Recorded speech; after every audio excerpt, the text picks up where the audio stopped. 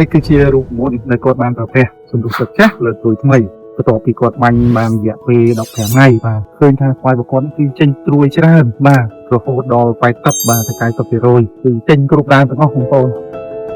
ថ្ងៃនេះខ្ញុំបានចុះមកខាងប្រសាងកក្កដាបានមកយកលទ្ធផលនៃជាការអតិជនការបងប្រុសបណ្ដា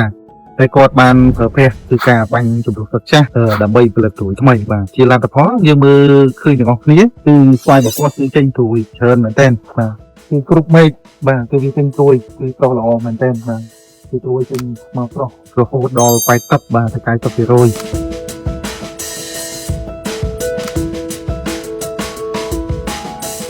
នេះគឺជារូបមន្តដែលគាត់បានប្រភេទទៅលើស្វាយប្រកបបាទពេលដែលគាត់បាញ់សំរុះទឹកចាស់លើត្រួយថ្មី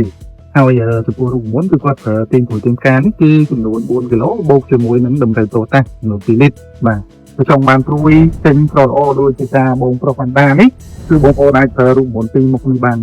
ហើយគឺចុងក្រោយសូមអរគុណបងប្អូនទាំងអស់គ្នាដែលបានតាមដានទស្សនាវីដេអូរបស់ខ្ញុំបាទតាំងពីដើមរហូតដល់ចប់បាទ